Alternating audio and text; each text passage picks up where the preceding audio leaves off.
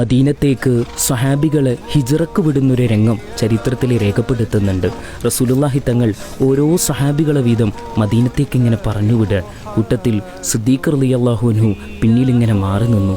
കാരണം സിദ്ദീഖിൻ്റെ ഒരാഗ്രഹമുണ്ട്. സിദ്ദീഖിൻ്റെ യാത്ര അത് മുഹമ്മദിൻ്റെ കൂടെയാകണം സല്ലല്ലാഹു അലൈഹി വസല്ലം, പ്രിയപ്പെട്ട കൂട്ടുകാരൻ്റെ കൂടെ. ചരിത്ര മുഹൂർത്ത നിമിഷം ഹിജ്റയുടെ യാത്ര പ്രിയപ്പെട്ട കൂട്ടുകാരൻ്റെ കൂടെയാകണം.